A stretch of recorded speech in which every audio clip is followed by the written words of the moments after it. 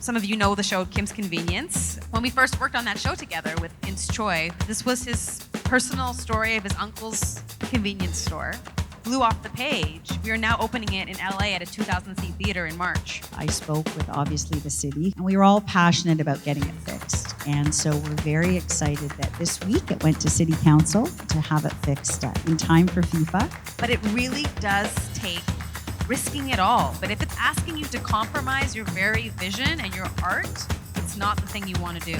I just knew that if we didn't make that one tough decision, we were going to have to make even bigger, difficult decisions. Weyni, it's a shame you're leaving Soulpepper because you guys have very similar philosophies. We could have had another collaboration between Harbourfront and Soulpepper. Well, who knows? Maybe you've created a collaboration here. All right, welcome everybody to the third and final episode of Live Fridays. Today we are talking about how to lead an organization that inspires, and to do that we have brought in two of the biggest organizations in Toronto, starting with Weyni Mengesha, the former artistic director of Soulpepper. Welcome, welcome. And Cathy Loblaw, the CEO of Harbourfront Centre.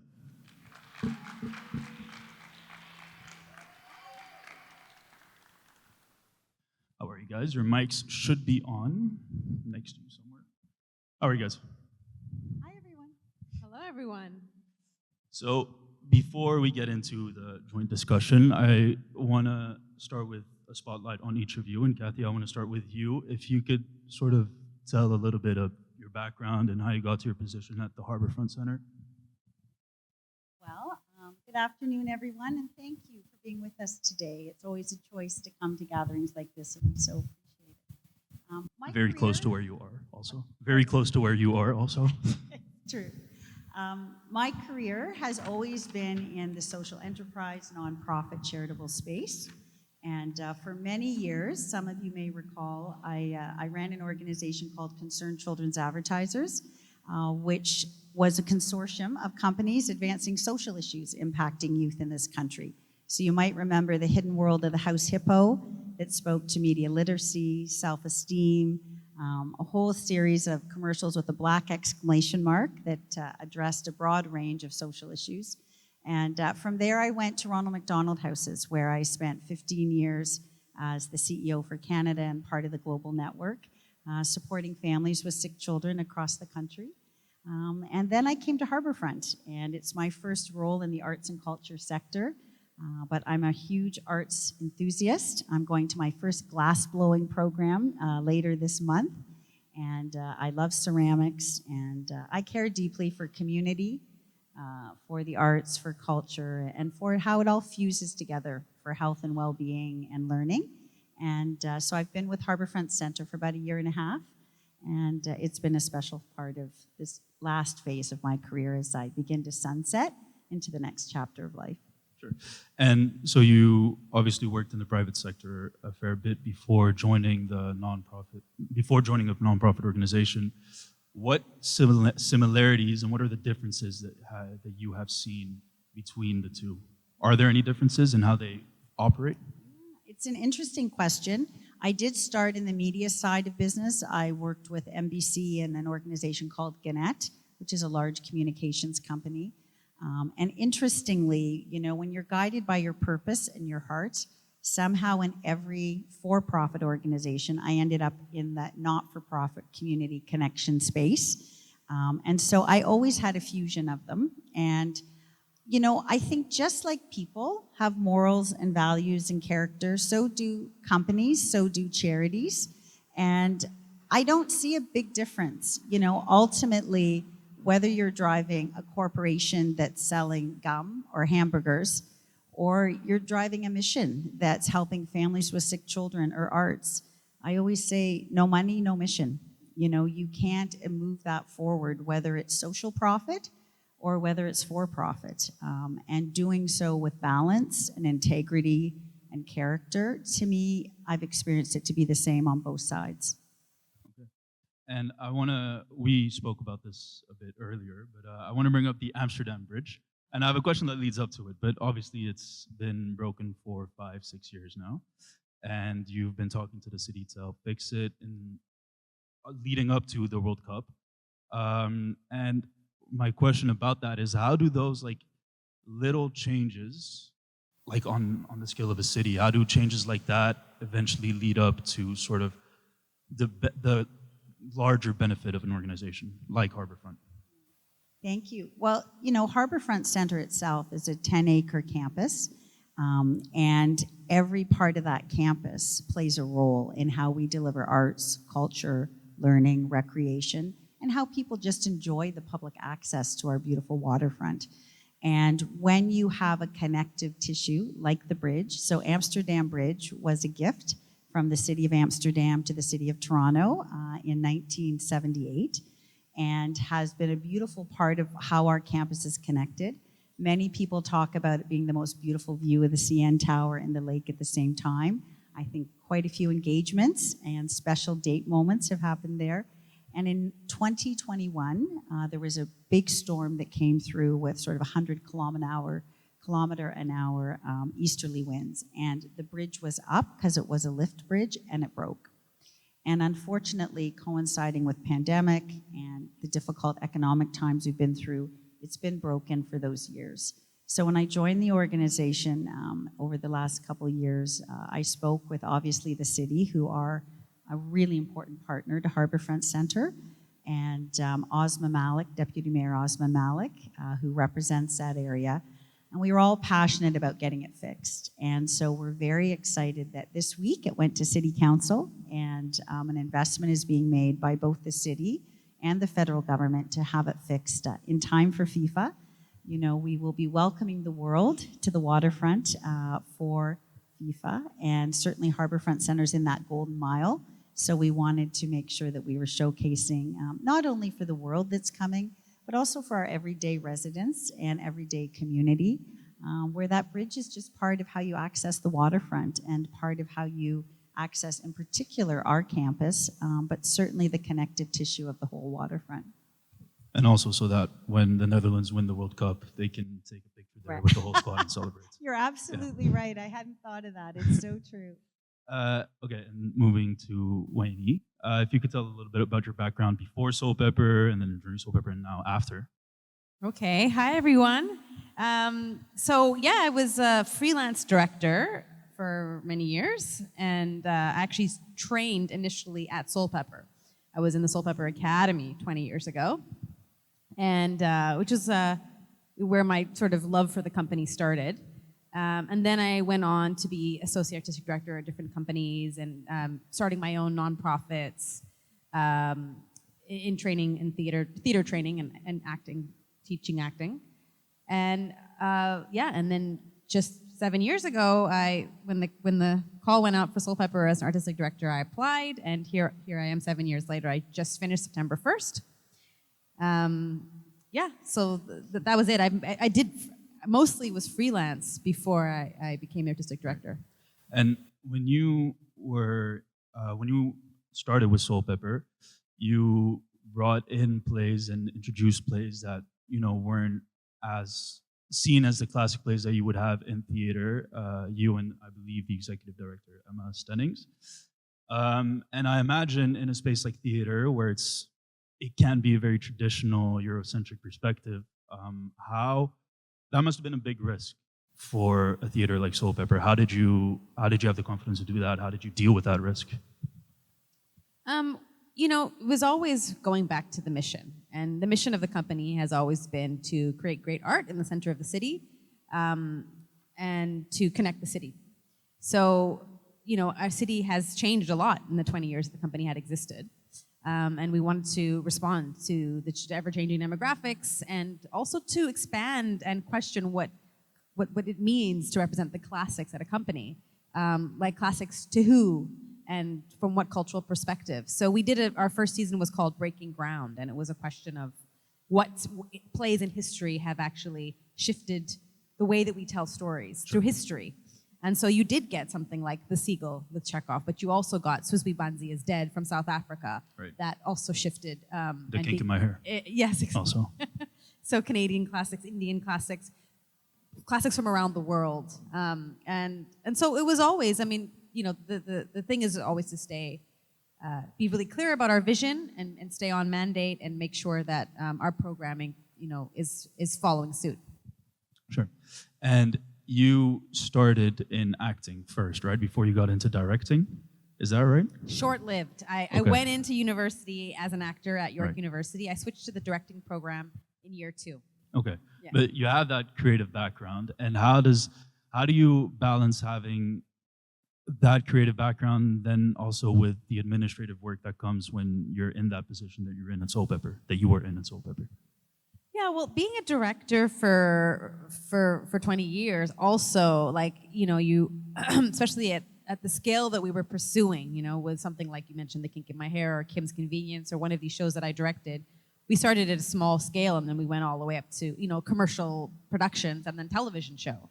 And to do that, you kind of have to be involved in all aspects of things. Like I was very much involved in budgets and Sure, and how to think about marketing differently to be able to bring new audiences to theaters that maybe they hadn't been to before. So I think it was kind of, like Cathy just said, no money, no mission. Yeah. You do have to understand how you're going to, you have to have the vision, but you also have to understand creatively how to be innovative about how to collect the resources to make that vision possible. So that's always been part and parcel in the way that I think about the work that I do, and it's actually kind of why I switched from acting to directing in the second year, is because I knew that if I really want to see the stories that I'm really passionate about on stage, I am going to have to sort of be a part of 360 in how to get those shows onto the stage. Okay. And so you were at Soulpepper Academy, and Cathy, you were also a resident at Harbourfront, right? Before you were the CEO of Harbourfront? For sure. Well, one of the connections we made earlier today was just that Soulpepper started at Harbourfront Centre. So when you think of Harbourfront Centre as an incubator and a place to, not only access and enjoy the arts, but also to nurture and help develop the arts, it's really exciting to see where Soulpepper started, where they are today, where they're going. Very inspiring. And yes, I did live on the Harbourfront, and I think to your point, it is all about mission. You have to believe in the mission and purpose, and if you grow through the mission, all things become possible. And having lived on the Harbourfront Centre for 10 years, I had been a resident who enjoyed everything from skating to arts to the sense of community. And I could see a couple years ago that through the media and through others that Harbourfront Centre was in a wobbly place. Right. And the arts was going through a difficult time of change and challenge, and that we all needed to lean in and find a way, as you said, to think differently. How might we approach this differently? How might we see this differently? How are we going to get institutions like Harbourfront Centre, like Soulpepper, to be here 50 years from now? And what do we need to do? And that's really was my motivation to coming to Harbourfront Centre for this period, to try and help be a part of that positive change. Yep. I had a lot of insecurity about the fact that I had never led an arts organization before. The last time I left off at arts was, I think, theater lessons at Young People's Theatre. And so, I was conscious of what I didn't know that I didn't know. But at the same time, as we spoke earlier, I really feel like because I hadn't led an arts organization, I had the opportunity to question everything from a place of what's sustainable, what do we need to grow, what do we need to stabilize, and to work with experts in the sector who could help us shape and reshape and make, hopefully, decisions and choices that will set us up for the long term. But it always comes back to that mission and purpose. And certainly when you talk about living on the waterfront, you're very conscious that, if we don't invest in it, it won't be there. And we're certainly in an era where there's a lot of investment happening across the waterfront to the east and west. But I wanted to be sure that the Cultural Community Arts Centre remained, and that we didn't put ourselves at risk of becoming 3 more condo buildings, right. That we continue to be a pulse of that, not just for Toronto, but for the country and for the sector. And so I think that's what a lot of us are leaning in to try and partner and do. And like you mentioned, and this is a question for both of you, you both came into your positions at a time where Soulpepper and Harbourfront it was a turbulent time, publicly and privately.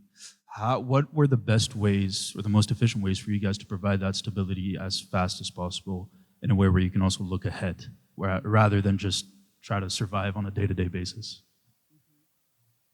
I mean, we kind of just spoke about this earlier, is, you know, that you kind of have to take risks, and you know, that's kind of part and parcel with innovation, and you can't sort of just recoil and shrink your way out of a crisis, you know, by saving only. You have to also invest and figure out how you're going to. That's the sustainability aspect of it.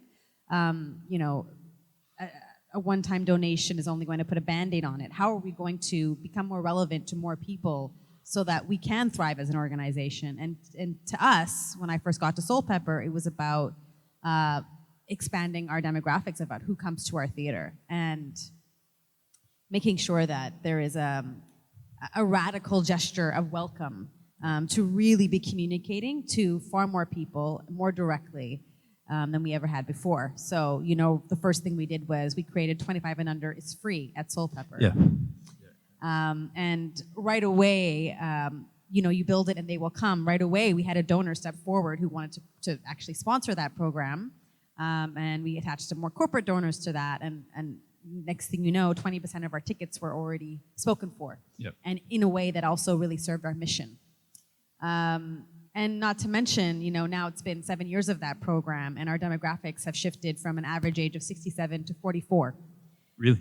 And I think that's very much because a lot of those folks who came at 23 and 24, 25 are now still there, but they've bought in at 26, 27, 28 and feel a part of the community. So I think you have to invest and you have to take a chance, because at the end of the day, we are accountable to our community. That's what we're set out to do, is to make a difference. And we can't just be afraid and freeze in those positions of crisis. We have to actually step up, be creative, and think big and bold. I couldn't agree enough with everything that was just said. You know, it really, for me, was a time of first listening, you know, assessing our starting point, and leaning into mission and purpose. You know, we just had our 50th anniversary. So what was that founding mission and purpose in 74 and 94 and 2024? And really rerouting ourselves in that. And then making difficult decisions sometimes, bold decisions, and investing in growth. You know, you can't save your way out of a crisis. You have to make the smart investments that will see your mission grow, which will then in turn grow your audience, which will then in turn grow your connections and your media and your engagement, and it becomes a flywheel of engagement that grows forward. I also think for us, it was, you know, speaking the truth of the moment we were in. Right. We were in a moment that was not unique to Harbourfront Centre. The entire sector was under change and challenge. The pandemic had really been a crisis for our sector, and it wasn't coming back as quickly or in the same way as before. And so really reaching out to all of our partners and thinking about how are we going to move this forward. You know, they say if you want to go fast, go alone. If you want to go far, go together. And so really reached out to our partners at Canadian Heritage and the federal government, at the city, at the province, to see how we could all together determine how to move Harbourfront Centre forward. And with that foundation of collaboration, we reached out to the arts community. And how can we partner with other members of the arts community who are losing their stages and spaces? And we had stages and spaces.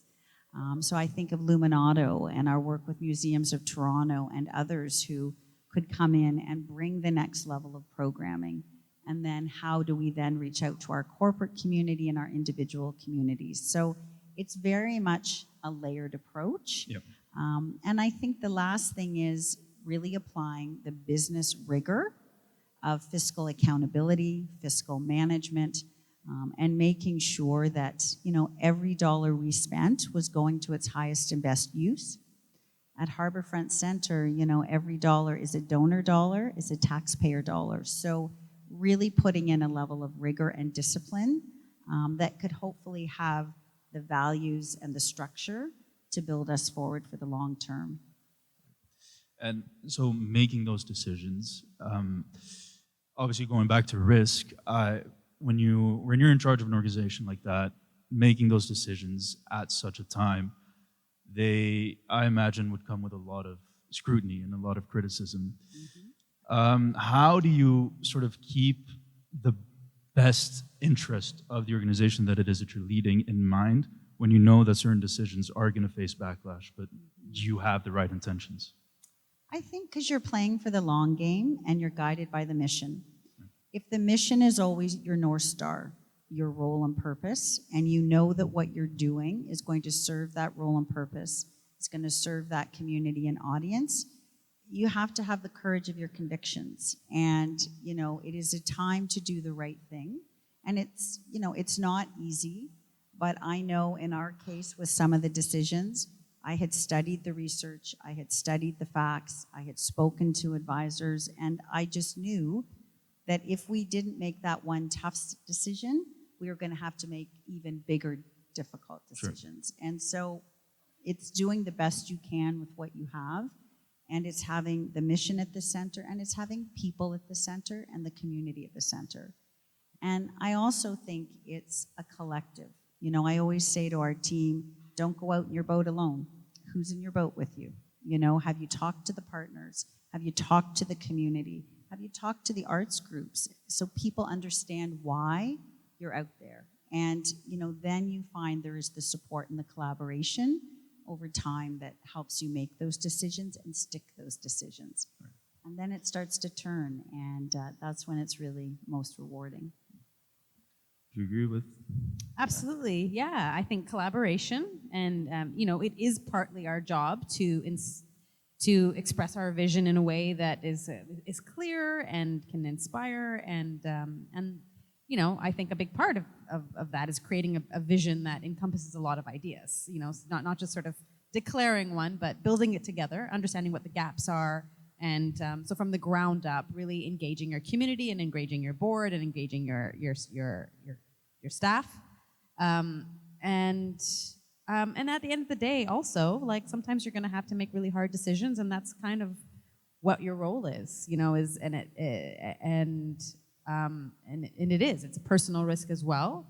But you kind of, a big part of this job is practicing, your intuition and your instincts. Sure. And you have to believe in them. It's not really hammers and nails we're using. It really is partly that and our experience. I think that's it. You're gonna face scrutiny. There's never been a time, even as an artist, when you're doing something new or you're bringing something that's not sort of status quo or standard to the table. I have never not experienced scrutiny, so I've kind of, you grow a thick skin for that. Yeah. And I would also say you're taking measured risk, to your point, right? You're piloting and trying new things, and you're going into it with the mindset of success is learnings applied. So, you're going to learn. Some will fail, some will win. When they fail, it's a learning and a spotlight to how you might see it differently. And we've tried a lot of different things at Harbourfront in the last year of programming. And, I can think of, we started the underground night markets. It was a big idea for us on Saturday nights, great street food, $10 and under, live music, dance, different themes. Would it work? Would it not work? We'll see. We decided to try a farmer's market on the campus, thinking for the local community. I had so much heart for the farmer's market, didn't really understand the night market, but let's try. Underground night market, a runaway success. 1,000 people an hour, 2 to 92, really engaging and exciting, a great way to see live bands and live music and dance. The farmer's market, it really tried, but I don't think it's going to make it for next year. It was great on paper, but it didn't. And, being okay that in order to succeed, you have to fail. And you're not really failing, you're learning. You apply the learnings and you go on to the next thing. And having an organization where you've created an environment of psychological safety so that people feel safe to try, learn, try again, try differently, I think that's a big, big part of it too. And so obviously when you come in with your own ideas and with your own vision. Did either of you ever struggle with sharing that vision with others or getting others that are part of the organization to believe in it as well? Or just was it as soon as you came in, everyone was game and everyone was ready to go? I mean, for me, it was a big part of getting my application process was asking the board really what they wanted to do and making sure that we were aligned, because otherwise there could be somebody better for what they wanted to do, and we're only going to move strategically if we're aligned. And so I was happy to hear that we were aligned, and there were some things for me that were really kind of non-negotiables in taking this job on. And so one of the things that I talked to the board about is that, I really feel like it's important for us to make a radical gesture of welcome, and for shifting and for changing, that we become a radically inclusive company. And what does that mean? And we had to go through that and have that conversation. But for me, it was really important to have ground cover, to know that I'm working alongside my board, and that we actually believe that, not just the mission, but the how, that we believe in sort of the values and the approach. And so I went in knowing that there was a couple of key sort of the backbones of our strategic plan were already aligned. And so I suggest that to people, like, make sure that you talk to your board about what you think so that your approach will aligns. be. And so that it's really great to have an organization where you're aligned with your board in your approach. And I think for me, I came in during sort of a wobbly time of the organization, and so initially very guided by the practicality of how do we financially and fiscally stabilize so that we can grow. And I think I didn't have a specific vision. I had a vision of strengthening, sustaining, so that there was a continuum, and then have built that vision with our leadership team, with our board, with our audiences, by listening and learning to the community. Because Harbourfront Centre really is an organization that's everybody's organization, and it has a shared vision of being that place of community connectivity for music, theatre, dance, and all forms of art. When I think of our craft and design program, for learning, camps and school visits, and for the cultural festivals that, live on our campus. So our vision is much more, I would say, of a collective. And so for me, I think it was a vision that grew out of listening to the different stakeholders and thinking about how we could bring those perspectives together in a way that could uniquely define Harbourfront Centre for the community, for the sector, and for the country. And do you ever struggle with finding the balance between, obviously, your responsibility towards the local community and the impact that you're having on them, but then also making sure that on a financial level and that on an operational level, you're also doing just as well? Do you struggle trying to find that balance and not completely dedicating your attention to that and then forgetting about the other? I think it's an everyday balance that we all do as CEOs, and I think it's, why you have a team. So, as the CEO, you have the privilege of leaning in and partnering with all the different leadership members of your team. So there's periods where you're overly focused on the finance side, then you lean into programming, slip over to communications, back to marketing, into ops. You're always in and out of all those spaces. But there is always a balance. There is a balance to how you're serving the mission, serving the community, managing the finances, and making sure you're moving things forward. So I just think it's part of, context changing all the time and keeping things in the right balance. I would say she covered a lot of ground. It sometimes it's hour to hour. I mean, things are always changing. And we have a pretty diverse pie chart of how our companies are resources, with government and corporate and private. And I think there's sometimes we have to talk about how much the balance between scaling back and investing for growth. That's a constant negotiation, but we kind of all know that we're always negotiating in it, because it is such a unique thing in the nonprofit world to have so many different income streams from different places. Okay. And now shifting obviously to the whole actual theme of this episode, what does an organization that inspires mean to you? Like in terms of the organizations that you've worked for, like how do you make that real? For me, I think the organizations that have inspired me, that I've learned from, are ones where they're inclusive, where everyone has a voice. They're respectful environments. They're environments where you really feel and understand that North Star vision, and you're a part of building, contributing in every way. It's having that psychological safety. It's, an organization with a high emotional IQ, and where you're really part of a team to contribute and drive things forward. And it has to connect to you. You can't work hard at something you don't love or don't believe in or doesn't align with your values.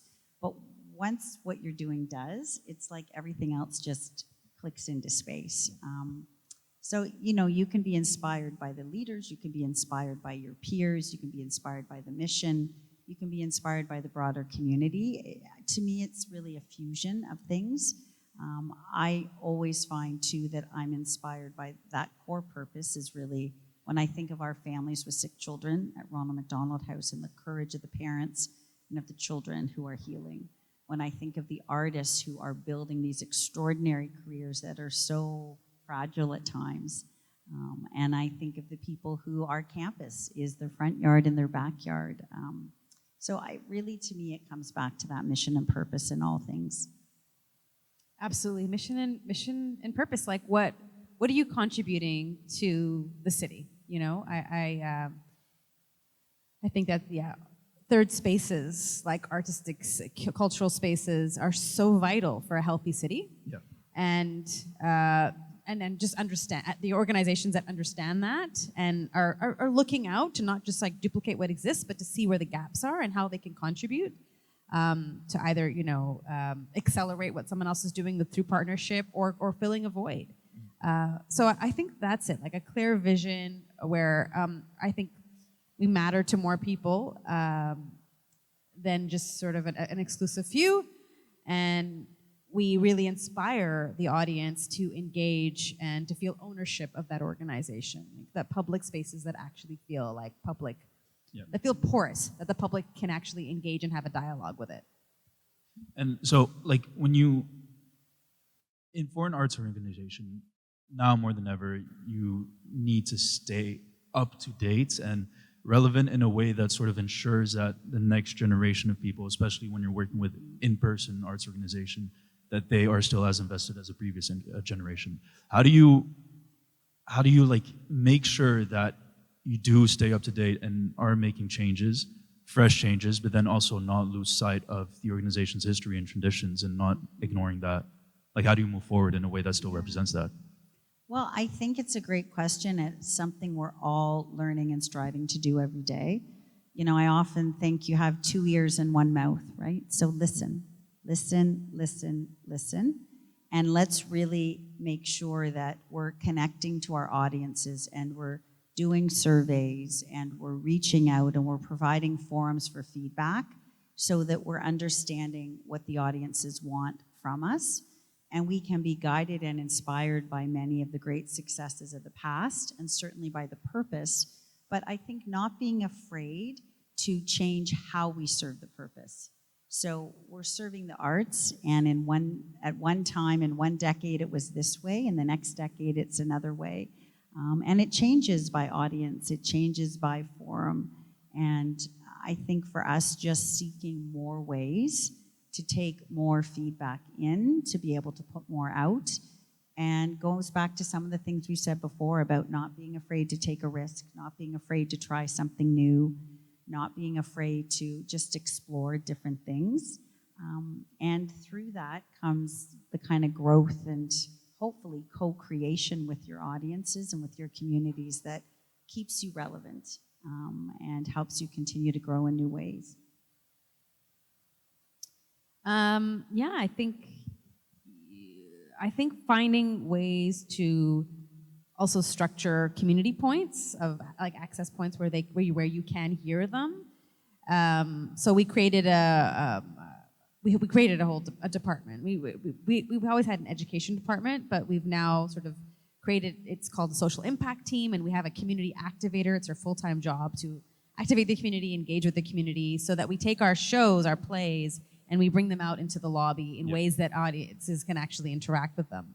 And so you get feedback from that. The more that you're closer to your audience in ways that where you can actually engage with them and have a dialogue with them, and they're not just sort of in the dark watching a show, the more that you're accountable to their feedback and you understand what's working and what isn't working.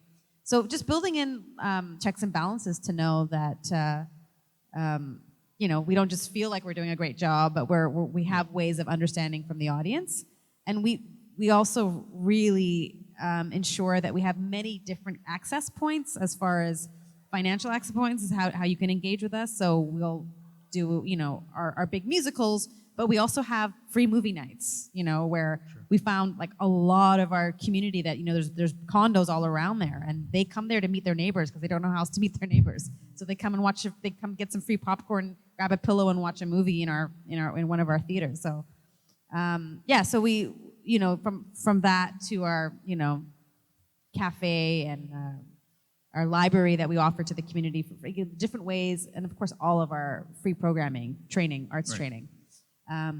These are the ways that we ensure that we continue to have younger generations engaging with the company and leading the company. And do you think that's the best way to lead an organization when you don't have all the answers? You think the best way to do that is just to sort of ask around to the people that are actually coming to the organization? Like, is that the best way that you do it, or would you just mainly listen to the people that you're working with? Well, 100% you don't have all the answers, and if you think you do, you're in trouble. So 100% you have to listen to your audiences. That is the acid test. You can put on a fantastic performance, and if you don't have the audience there, or the reaction from the audience is an opportunity to grow and see it differently, it's essential.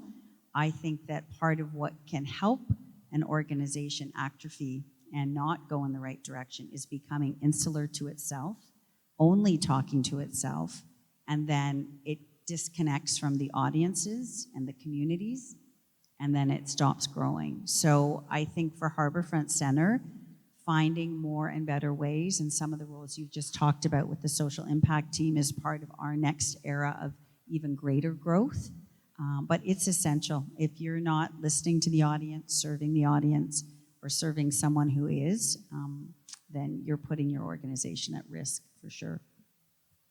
Yeah, I agree. You have to be really humble, otherwise you can be like, oh yeah, what I thought was cool 10 years ago is still cool. Yeah. No, you have to have a way, which is why one of the first things that I did when I got back to Soulpepper was fundraise to relaunch the Soulpepper Academy, which is the program that I trained in for 2 years.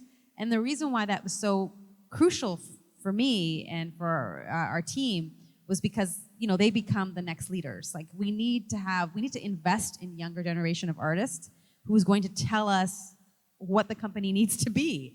And so I'm an Academy graduate, and then the most recent artistic director who just took over the job in September is also an Academy graduate. He graduated 2 years after me. So it's a sustainable source of innovation and ideas, people who understand the values, who grew up in the company, who understand how important it is to invest in the next generation. It becomes part of the DNA. So we always kind of know, we have a lot of our shows this season were programmed by our Academy graduates, written by, directed by. Show on stage right now is directed by an Academy graduate, and it's about, millennial. Like it's about his experience.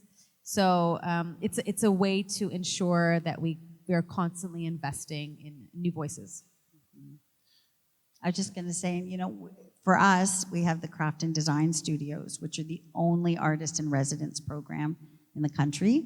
Whether you're looking at glass blowing, ceramics, textiles, jewelry making, it's amazing. And having those artists in residence is a humbling, constant source of feedback around what they need to be successful as artists in terms of they've got the passion and the talent, and what are the business sides of that that will allow them to build sustainability for their own lifestyles going forward. So connecting in with our audiences, both through programming and also through their experiences. When I think of our education programs and 21,000 kids a year coming through the program, the more you listen, the humbler it is in terms of the insights. Weyni, it's a shame you're leaving Soulpepper because you guys have very similar philosophies. We could have It's true. we could have had another collaboration between Harbourfront and Soulpepper. Well, who knows? Maybe you've created a collaboration here. Maybe. Don't forget Life Fridays if you do. But what I wanted to ask before we move on to a Q&A session with the audience is, if you don't mind sharing, what has been the biggest mistake that you've made in your positions where you've obviously eventually learned a lot from, but in the moment you were like, oh no. There's been so many. How would one pick one? The biggest mistake. It's maybe it'll sound personal, but I think the biggest mistake is when you have the privilege of leadership, having a level of self-awareness around, when you whisper as a leader, you're having a conversation. When you're having a conversation, it can sound like a yell, Right. Just really being conscious of your role to lead and an awareness within that. And I'm very results-driven and outcome-focused, and there's times when my head is down and I was pushing forward that I didn't always understand as much in the earlier part of my career, that shadow of a leader and how a leader brings the weather, and making sure that, I was conscious of that. In my mind, I was just digging in and unpacking to figure it out and wanted to get to the outcome. But sometimes, because of the privilege of the role, how you do that's really important. So I will say mid-career, I had what I thought was a really successful year in my organization. And I was having my year-end performance review, and I got rated, if it was out of 4, I got a 3, and I was shocked. Like, why didn't I get a 4? Like, for sure, I had a 4 out of 4 year. And this wise person said to me, Cathy, it's not always what you do, but how you do it. And, it really stuck with me around the responsibility of the how to myself, but to everyone around me. So I think for me, it's really, been making sure that my leadership is inclusive and psychologically safe, and just really aware of how I can impact others consciously and unconsciously. Beautiful. It's so specific, but I do have this regret. Okay.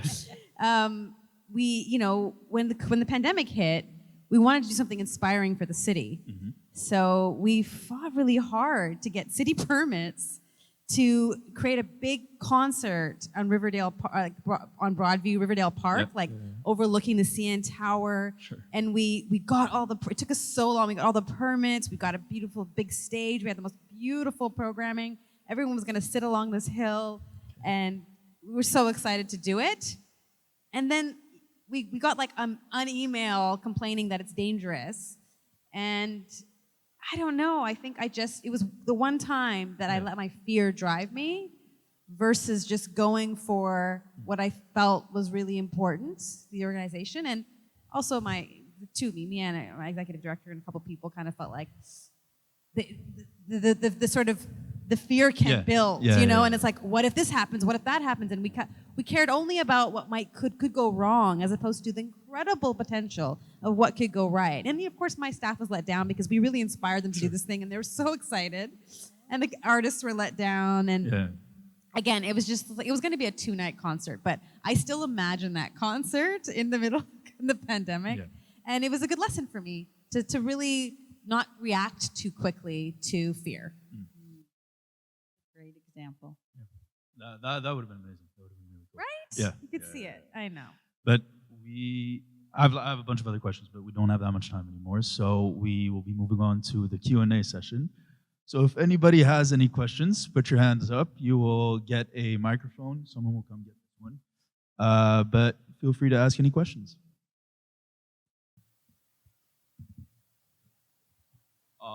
what are some red flags we as a student should recognize before you join an arts organization? What capacity? Joining like as leader? Well, suppose you graduate ACMCA and you want to join an arts organization. What's like a red flag that we should recognize before we join that organization? You know, I would think whether it's an arts organization or a charitable organization, not all organizations are created equal. So really getting to know and doing your homework on the financial stability of the organization, the personality of the organization, its purpose and intention, and the role is a part of it, but you really want to join an organization that has an alignment and a fit for you, or that you want to bring change to. But just doing your homework on the organization, because they're not all the same. You know, I've worked so much in the charitable sector, so many people come and say, you know, should I join this charity or this charity? And I said, it depends. Do you want to work in a structured charitable organization? And you might want to work here. Do you want to work in a grassroots, homegrown organization? You know, they're very different. So do your homework on what kind of environment and organization and values fit with how you want to express your career and your time would be part of what I'd say. I think that's true. Yeah. Hi, my question's for both. As female leaders, have you ever experienced any roadblocks in terms of support from your fellow leaders in terms of how they supported your decision, or maybe not? Love this question. All right, let's get into the truth here.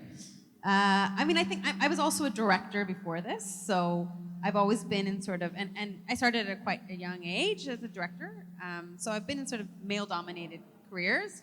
And yes, absolutely, I am not going to lie to you and say that I haven't experienced, you know, when you can just sort of sense there's potentially a lack of trust and that you might have to work a little harder to earn trust walking into a room. I've had people ask me, like, when is the director getting here or whatever, you know, when I was younger, and I started quite young as well. But you know, it's always, I'm really grateful for those experiences. Obviously, they create resilience in you. They demand that you really define your vision and define your goals. You have to become even clearer with what you want to say, and because, you know, the scrutiny becomes a part of your life. But as long as you know, it's part of what we're doing is expanding people's minds in general as artists and as arts leaders and as creatives who want to work in this field. Usually it has to do with expanding people's minds about how they think about their perceptions of the world, right? So we can't shy away from this, and it's good practice to understand how you can be a change maker. Absolutely. I mean, I don't think you can have, in my case, a 40-year career and not have faced challenges along the way. I would say a couple things. I'd say one, you know, there isn't one leadership role in an organization. So lead from where you are. I'm sure that as I was building my career as an assistant and a coordinator and a manager, I'm sure I wasn't much different in those roles than I am now. So, you know, lead from where you are, stand for who you are, and take up whatever air in the room you deserve. You do sometimes have to fake it till you make it, right? You do sometimes have to go, okay, I'm just gonna go in there and I'm just gonna be who I am. And, you know, sometimes you have to tell yourself, don't I know who I think I am? Don't they know who I think I am? I'm just gonna go in there and be that person. And it all comes together. And I think you guys in particular are, you know, every decade, every generation, it gets better. And I think of the women who went before me who really had to break through a lot of glass ceilings. And, you know, for me, it was that much easier, and hopefully for every generation on. But I would also say, be good and supportive to each other. I had a couple of early in my career experiences with women leaders who just were not nice, were not helpful. And I vowed to myself, if I ever had the privilege of leadership in a traditional role, I was not going to be like that. And conversely, I've had a number of experiences where senior women leaders have just given me that support or that nudge or that door open. So, you know, be in the world as you would like the world to be to you, and, you know, appreciate that there is a responsibility with leadership and how we pay it forward and how we support others. And but you'll have to work for it. And I think everybody who wants to be a leader, male, female, every individual, you know, it's not easy, and you can lead from wherever you are. So don't define it to a particular role. And while we're getting questions, I would say also to ask you guys, as you're sitting here, knowing Soulpepper, knowing Harbourfront Centre, if there's thoughts you have about things that we could take away from you today that we might think about our organizations differently or that you'd like to see. Yeah, I just had a quick question. So you talked about how some of the events you panned out to be much, like, go way better than you thought. And so my question is, what has that taught you in terms of gauging how future events will go in terms of their success in the community? Yeah. I think that, so the question is really, how do we gauge doing more successful events based on what we're building? I'm not sure I totally understood. I guess it's more so like, how will you be able to gauge like if an event will be successful in the community? Oh, what are the based on criteria? what Gotcha, sorry, I wasn't understanding.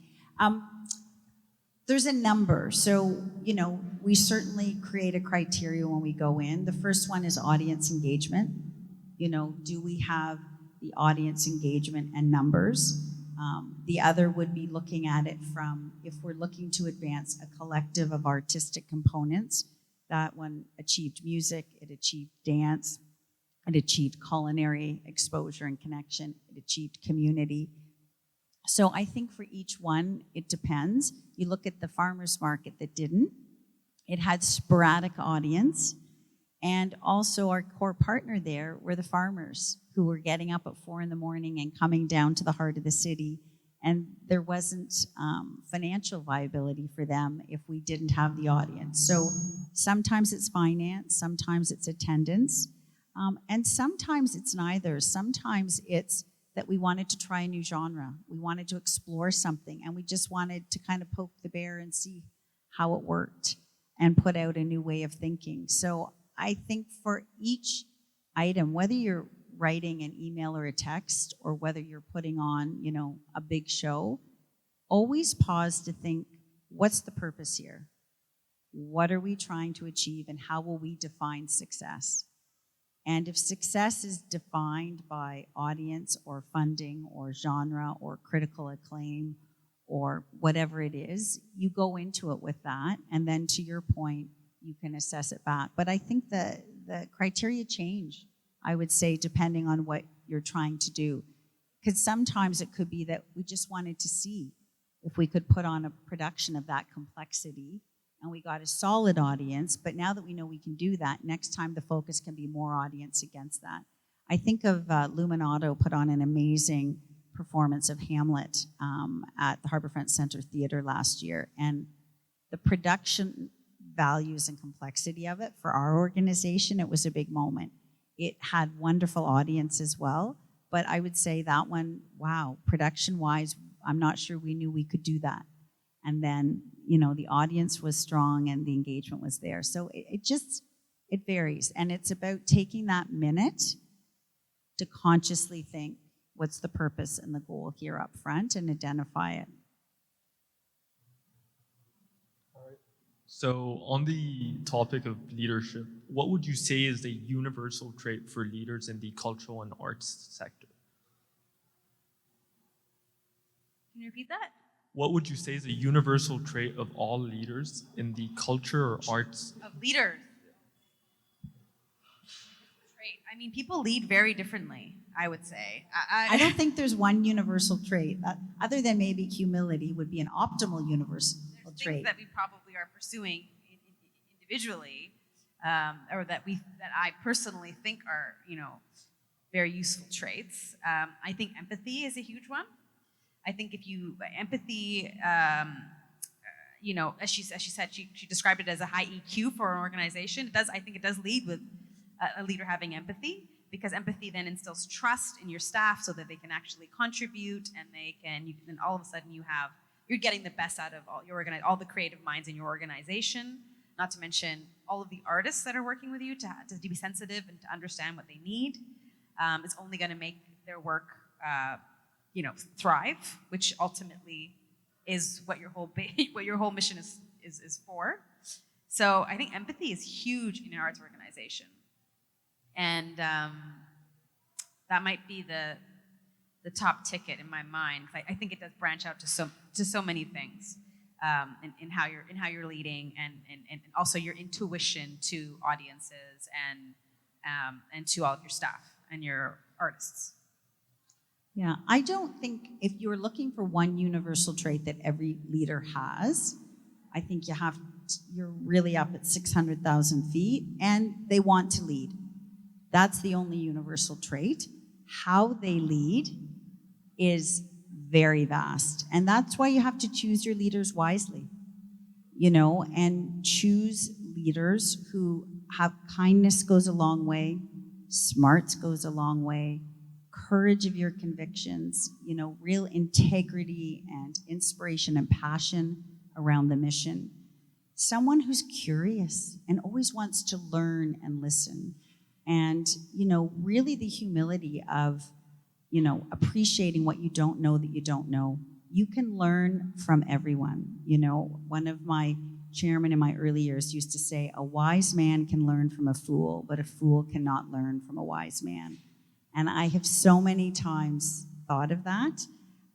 So I think there's a lot of traits we'd like to have universally, but I think I have learned a lot from leaders who were challenging, and maybe in the beginning I thought, oh my gosh, and I've learned a lot from leaders that I've truly found inspiring. So, learning is the key ticket, and I'm amazed that, every day I'm still learning. Like, you really never get to a point where you're not, and if you do, you really need to pause and kind of reflect a little bit. But I think universally every leader wants to lead, otherwise why would you do it? But there's a lot of great traits that vary in terms of how people lead.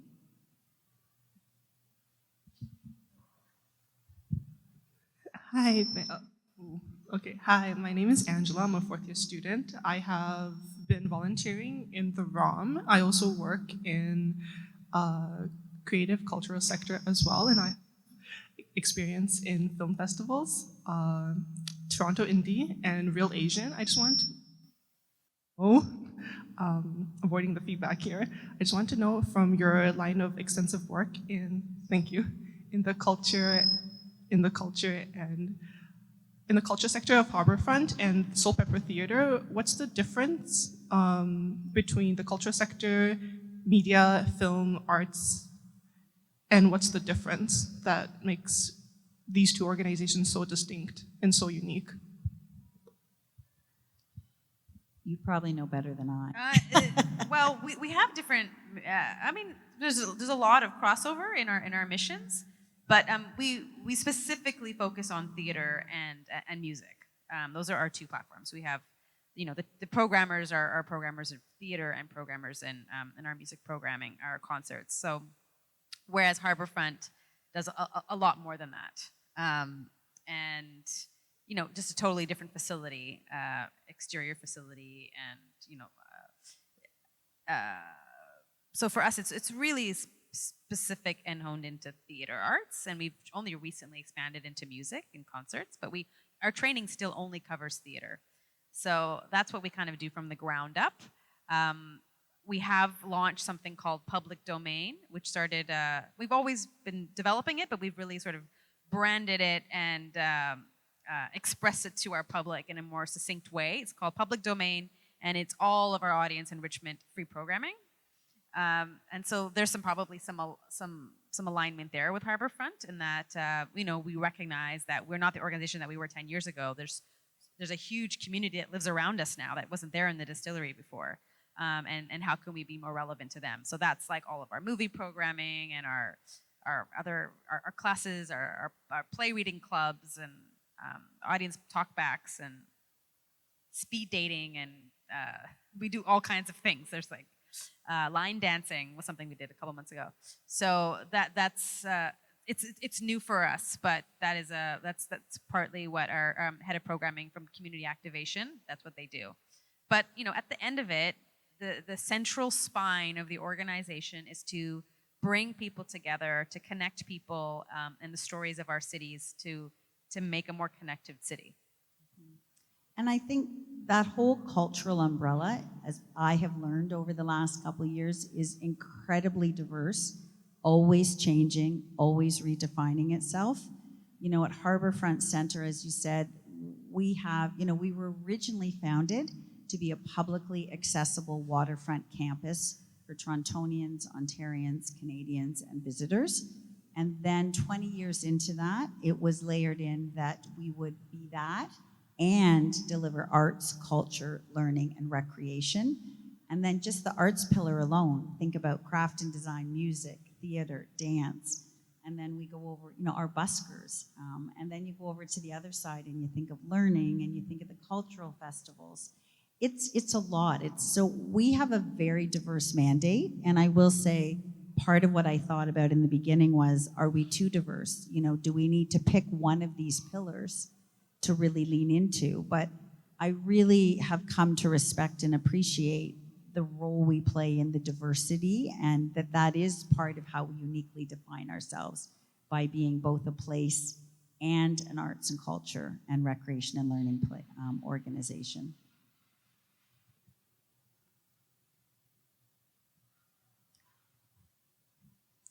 Hello, thank you so much for the wonderful insights so far. My question is, as creatives, we value our originality a lot, but as in this world, in this current generation of algorithms and echo chambers, there's lots of loops and there are repeated words. How do you maintain originality in your content, even as a screenwriter and screen director? How do you ensure there's originality while also pulling audiences? Because there's some genres that people prefer over the others, and some content might pull more people because it's generic, but how do you maintain originality as well as pulling audiences? I just think it takes courage, being an artist and pursuing a career in the arts. From the outside looking in, it takes courage, and it takes resilience and determination to believe in your vision and to put forward your unique form of being or art or expression, and to some extent letting the other stuff fall away, and really staying the course with it. And I don't think it's always easy. I think it looks easy when all of a sudden it hits a note at the final end and everyone's jumping on the bandwagon, but I don't think everyone always sees what it took to hold it for the 20 months or 20 years to get to that point where it becomes the new North Star. So I do think it takes a lot of courage and resilience, but you've lived it, so you know best. No, well, I know, absolutely it does, because I always say, like, we don't use hammers and nails, we use like our spirits and our instincts, right? And it takes courage to believe in something that is not tangible. And you have to refine it, and you have to practice using it. And so it does take like a fierce protection of your instincts, and that takes courage. And the thing, whenever I'm working with young playwrights or screenwriters, I'm always like, write what you know. That's the thing that no algorithm can create. And, some of you know the show Kim's Convenience, the TV show. When we first worked on that show together with Instil, who is the playwright of that play, we went to school together. So we did it when we were both in the Soulpepper. He's also from the Soulpepper Academy, the writer of that play. And he had never written a play before, but this was his personal story of his uncle's convenience store, and he wrote it, and it flew off the page because it was so personal. And from there, it just journeyed from the Fringe Festival to the festival to Soulpepper Theatre to we are now opening it in LA at a 2,000-seat theater in March. And of course, it's done a 5-year on Netflix. Thank you. Yeah, and that's Ince. I mean, he's very true to his story and how he's always evolving it to be true to him. And I can tell you countless stories of people who have written what they've known, or something that's come to them in a dream, and they've stuck to it, because people will always try to edit it or change it. I cannot tell you how many times I've been a part of a project that somebody says, we'll produce it, but can you shift the language? We did a play once that was written in Jamaican dialect, and we would get major potential to produce it at large theaters, but they would say all you have to do is you have to change it back into English. And it was a principle we just would not do. And we had to wait, and then we had to self-produce it. And then we took it all the way up, and it ended up winning the Dora for Best New Play, and she didn't have to change a thing. And she has gone on to do incredible things, but it really does take risking it all, saying no to opportunities, because they're not the ones that you envisioned. And they will come along, and they will be distracting, and they will feel like the thing you're supposed to be doing. But if it's asking you to compromise your very vision and your art, it's not the thing you want to do. And I know that's a very personal choice. People also have to eat. But I can only say that from my experience of making art in the last 20 years, the people that I have seen thrive and succeed, and in my own life, the things that I've succeeded with are the ones where I did not compromise. Okay, I think that's all we have time for today. But very quickly, if we were to sum this up with 5 keywords, what would it be? We'd have courage, empathy. What else? Risk-taking. Risk-taking. Humility and a curious mindset. Psychological safety was a good one. Yeah. Great. Creating psychological safety for environment, for work environments. And staying true to yourself. Honor what you know, build on what you know. Your deepest wound can often be your greatest gift. So, lean into your truths and be guided by them. Okay. And on that amazing note, thank you guys for coming. This is the end of Live Fridays. I hope you all learned a thing or two. Thank you all for being here. Thank you guys for being here. And thank you. Thank you, Sammy. Thank you, Sammy. Fantastic.